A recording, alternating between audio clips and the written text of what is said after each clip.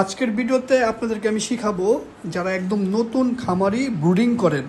ব্রুডিংয়ে যদি আপনার বাচ্চার কোনো একটা প্রবলেম হয়, আপনি প্রবলেম হওয়ার একদম প্রাথমিক স্টেজে কিভাবে ধরতে পারবেন।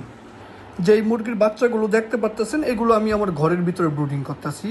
আপনারা একটু ভালো করে খেয়াল করেন এই ভিডিওটা, তাহলে আপনারা শিখতে পারবেন এবং ধরতে পারবেন আপনার বাচ্চার কোনো প্রবলেম হচ্ছে নাকি।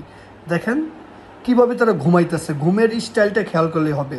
কোনো মুরগি দাঁড়ায়া ঘুমাবে না, সুস্থ মুরগি কখনোই দাঁড়ায়া ঘুমাবে না, দাঁড়ায়া ঘুমাবে ঘুরা, কখনোই মুরগি দাঁড়ায়া ঘুমাবে না। দেখেন তারা কত সুন্দর ঘাড় ছেড়ে ঘুমাইতেছে, একদম ঘাম মানুষের মতো মাথা ছেড়ে একদম ফ্লোরে দিয়া ঘুমাইতেছে।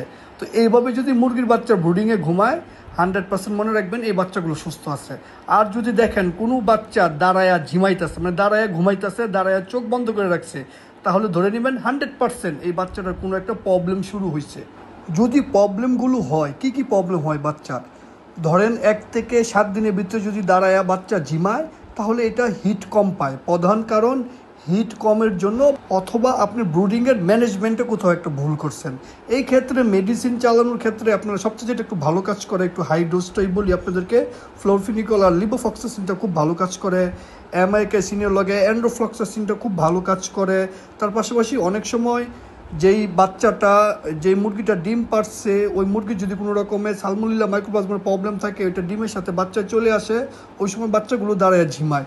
ওই ক্ষেত্রেও আপনারা ফ্লোরফিনিকল সিপ্রো দিতে পারেন, অ্যামাইকাসিন, অ্যান্ড্রোফ্লক্সাসিন, নিউমাইসিন, কুসুমিক্স প্লাস, এগুলো খুবই ভালো কাজ করে।